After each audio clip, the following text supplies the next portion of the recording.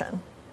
I think we will get significant clarity in terms of regulation.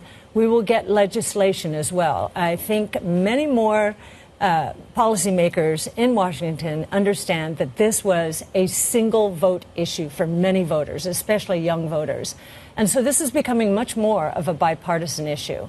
And of course, you have the executive branch also supporting it mightily, proposing that we include Bitcoin in Treasury reserves. So you've got, I think we're going to have support of all three branches of government are going to be supportive, which is a big change. Well, it would be a big change. And I mean, are we really sure of that, I suppose, is the question, because Gary Gensler, the SEC, had a very different view of the risks and the retail investor protections that should be in place when it comes to crypto. There are surely a lot of people who still believe that's important. Well, I think he didn't understand that this is the next big wave of the Internet. This is the layer of the Internet that developers did not build in the early 90s because no one thought anyone would buy or use financial services on the Internet. I remember back then, no one was going to give their credit card to the Internet, right? This is the next big wave, and it's a huge efficiency move for the financial services sector. So in terms of Bitcoin specifically, it is really the leader in a new asset class.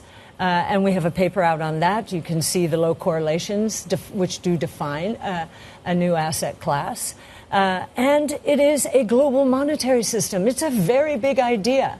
My professor, mentor, friend, Art Laffer, when he collaborated with us on our Bitcoin paper in 2015, he said, "This is what I've been waiting for since the U.S.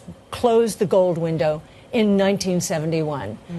So he has been energized by this new movement towards a rules-based global monetary system. Do you think Trump's going to be on board with that? The president has indicated he's quite a big fan of the US dollar, and it sounds like what you're suggesting is a replacement for the US dollar. No, we actually think that that these two will coexist, and if anything, what we're seeing with the stablecoin movement, which is how people, it's the on-ramp into decentralized financial services. They're all backed by Treasury securities, which de facto they're backed by the dollar.